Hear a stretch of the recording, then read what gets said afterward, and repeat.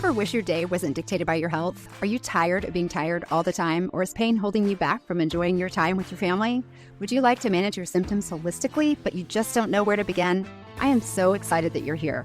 This podcast will help you understand how natural remedies work so you can relieve your symptoms and live a fuller life. My name is Penny. I'm an occupational therapist, past pharmaceutical rep, a mom, and a wife with a strong faith, and for 25 years, I battled through debilitating Crohn's disease. I took all the medicine and did all the surgeries that stole so much time with my family, but never truly healed me. I finally realized if I was going to survive this disease, I needed to open my stubborn eyes to alternative solutions. I researched how perfectly our bodies work with plants and a lifestyle that made my health less of a burden to my family and aligned so beautifully with my faith and my medical training.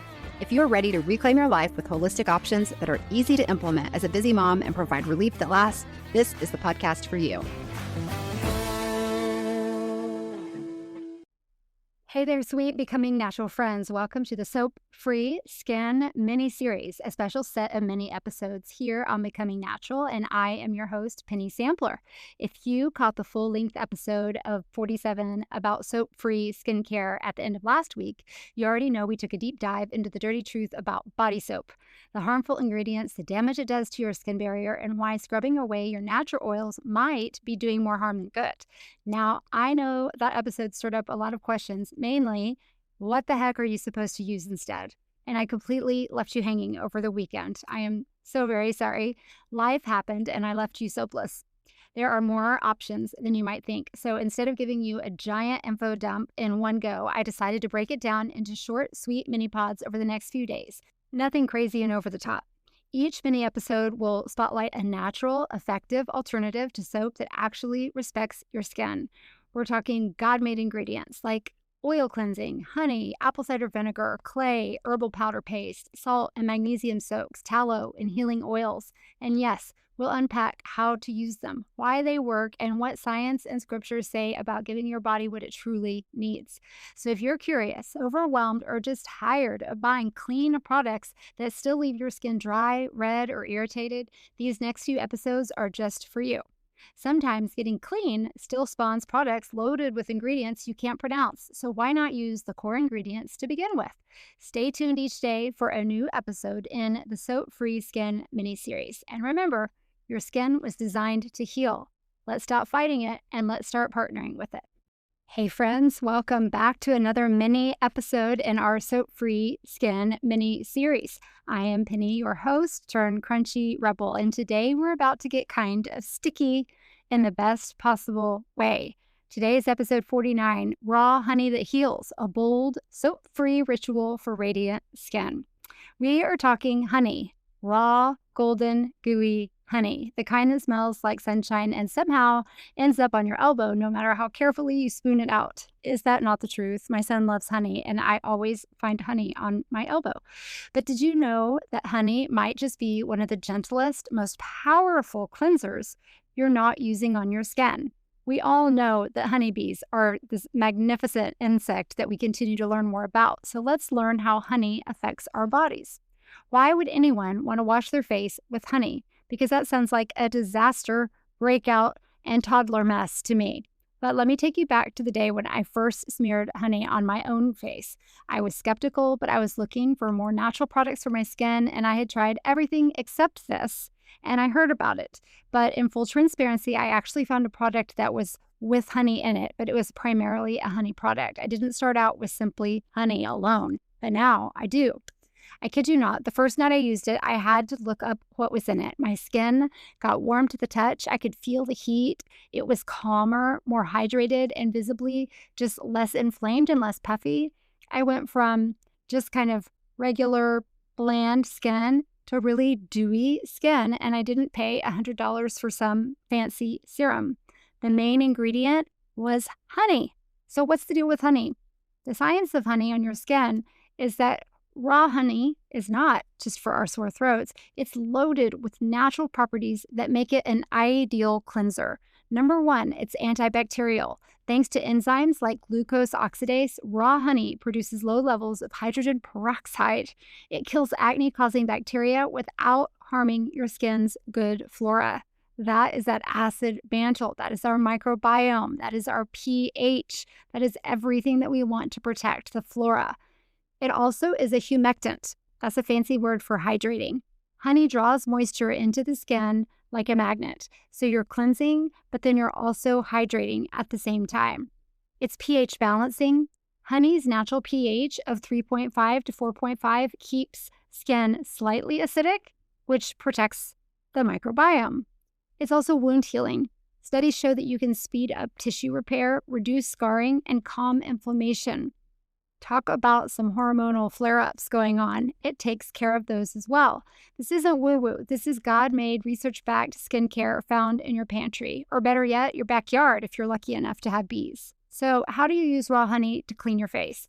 Here's how to do it without feeling like you have to go fight with a beehive. But number one, start with raw, unfiltered honey. Local is best, of course, always. It is optional if you want to wet your face first or if you just want to slather it on, just like the oils. Apply half a teaspoon of honey with your fingers and gently massage it into your face. Leave it on for a minute or 2 or 3, whatever feels right, and then rinse with warm water and pat dry. I would say that with the oils, I don't always remove it, but I would definitely remove the honey.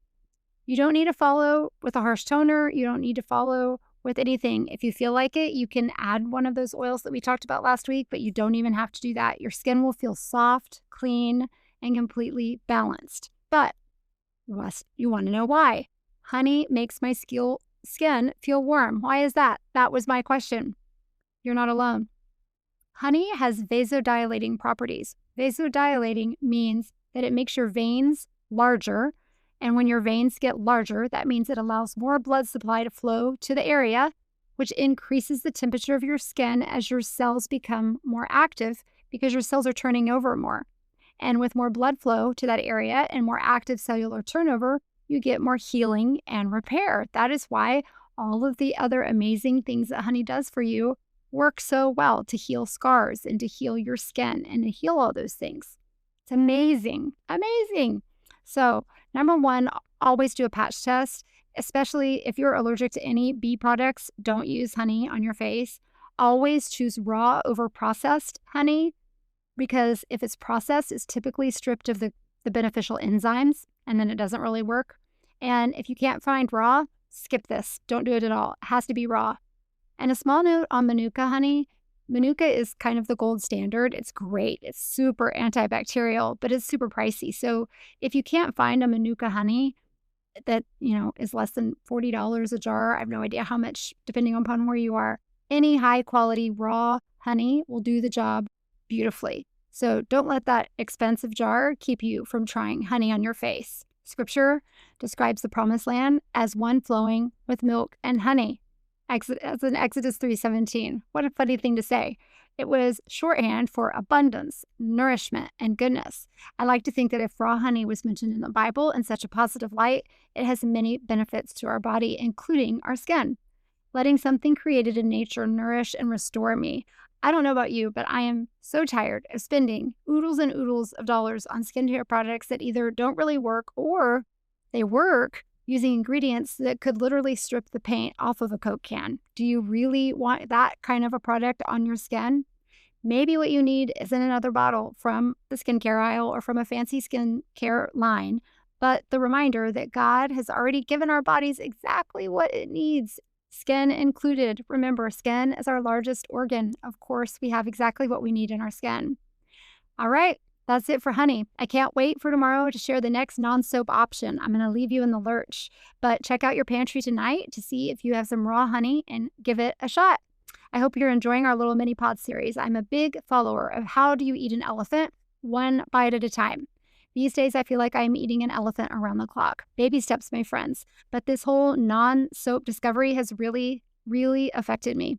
I think it's worth digging a little deeper into each idea to see what you like best. And for the record, I'm a huge fan of continuing to switch it up. I'm always switching it up. So maybe you pick and choose ideas and use one day. Use honey one night and then use oil another night. The only thing that I would recommend is use one thing for a couple nights in a row so that you know exactly how it's working with your skin. In case you have a flare-up or in case something negative happens or in case you absolutely love it, you know which product is actually working for you. I only wish that all this time I have been keeping a list of all the money that I have saved simply by using simple ingredients so that I can show my husband. Don't we all? See you tomorrow. Have a good night. Thank you so much for tuning in today. If you've enjoyed today's episode, hit that follow button, leave a 5-star review if you're so willing, and help spread the message of becoming natural by sharing it with a friend. Check out the resources in the show notes and join the email list to stay on top of all the latest and greatest happenings at Becoming Natural as we roll out exciting new things while we grow. Until next time, take those baby steps to a more natural life and always give yourself grace. Progress, not perfection, is the goal. See you next week.